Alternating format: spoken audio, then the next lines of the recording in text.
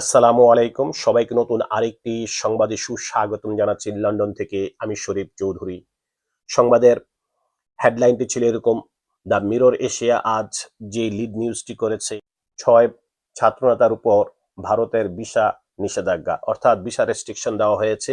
বাংলাদেশের তরুণ প্রজন্মের এখনকার সময়ের সবচেয়ে জ্বলন্ত আগুন হিসেবে যারা বাংলাদেশে প্রবহমান, ঠিক এরকম যারা গত জুলাই থেকে ৫ই অগাস্ট পর্যন্ত আন্দোলন সংগ্রামের নেতৃত্ব দিয়েছেন, ফ্রন্ট লাইনে ছিলেন, এমন মানুষগুলিকে, তরুণ শক্তিকে বেছে নিয়েছেন ভারতীয় সরকার অথবা ভারতীয় দূতাবাস।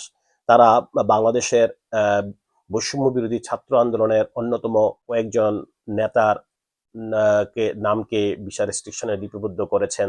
তারা সবসময় ভারত বিরোধী কথাবার্তায়, আচরণে এবং বিভিন্ন বক্তৃতায় যিনি সরব থাকেন, সাবেক ছাত্রনেতা, এখন গণ অধিকার পরিষদের সভাপতি একাংশের, আর বিরুদ্ধেও তারা ভিসা রেস্ট্রিকশন দিয়েছেন।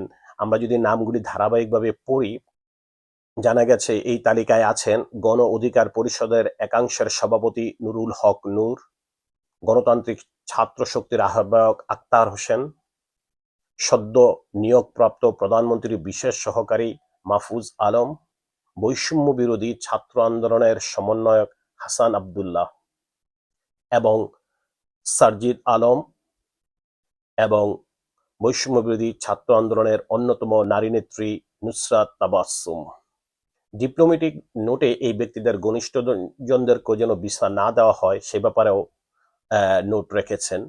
মূলত সরকারের উপদেষ্টা হওয়ায় বৈষম্য বিরোধী ছাত্র আন্দোলনের অন্যতম সমন্বয়ক নাহিদ ইসলাম ও আসিফ মাহমুদের নাম সেখানে লিপিবদ্ধ করা হয়নি টেকনিক্যাল কারণে।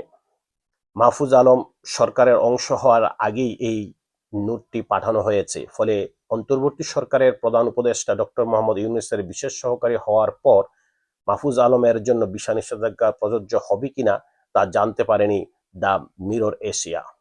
এদিকে ভিসা নিষেধাজ্ঞা নিয়ে বিস্তারিত জানতে চাইলে নাম প্রকাশ অনিচ্ছুক সরকার ঘনিষ্ঠ একজন সাংবাদিক দ্য মিরর এশিয়াকে বলেন, বাংলাদেশে ভারত বিরোধী মনোভাব তৈরির নেতৃত্ব দিচ্ছেন নুরুল হক নূর ও আক্তার হোসেন। অন্যদিকে পিছন থেকে ভারত বিরোধী চেতনাকে শক্তিশালী করার কাজকে আরো শক্তিশালী করছেন মাহফুজ আলম। হাসনাত আব্দুল্লাহর চিকেন নেক নিয়ে বক্তব্য এবং নুসরাত তাবাসসুমের 7 সিস্টার নিয়ে ফেসবুকের স্ট্যাটাসকে আমলে নেওয়া হয়েছে এই ভিসা রেস্ট্রিকশনে। ভারত নট নেসেসারি যে আজকেই তারা স্পেসিফিক মানুষের উপরে রেস্ট্রিকশন দিয়েছে। অতীতেও বাংলাদেশের অনেক প্রথিতযশা ব্যক্তিত্ব, রাজনৈতিক ব্যক্তিত্ব, সাংস্কৃতিক ব্যক্তিত্ব, এরকম অনেক মানুষকে গত 15 বছর বিভিন্নভাবে রেস্ট্রিকশন দিয়ে ভারতে প্রবেশ নিষেধাজ্ঞা দিয়েছেন, এবং তারা মনে করেন যে তারা যেহেতু ভারত বিরোধী মনোভাব পোষণ করেন, তারা ভারতের বন্ধু না। তারা শুধু ভারতের বন্ধু হিসেবে একজনকে মনে করতেন বাংলাদেশে, এবং একটি দলকে তারা মনে করতেন স্পেসিফিক বাংলাদেশ আওয়ামী লীগ এবং তার সভানেত্রী সাবেক প্রধানমন্ত্রী শেখ হাসিনাকেই তারা একদম নিজের মানুষ মনে করেন, ঘরের মানুষ মনে করেন, আর বাকি বাংলাদেশের 18 কোটি মানুষ ভারতের বন্ধু নয়। এটা তারা বিভিন্নভাবেই বাংলাদেশের মানুষকে বোঝানোর চেষ্টা করেছেন। এরই ধারাবাহিকতায় এই 6-7 জন মানুষের উপর যে রেস্ট্রিকশন আসলো সেটা নতুন কিছু নয়।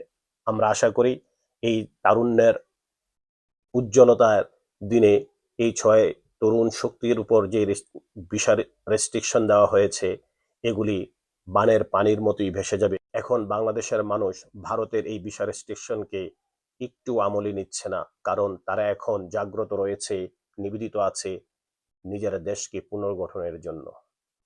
সবাই ভালো থাকবেন, কথা হবে নতুন কোনো ব্লগে। ততক্ষণ পর্যন্ত আল্লাহ হাফিজ।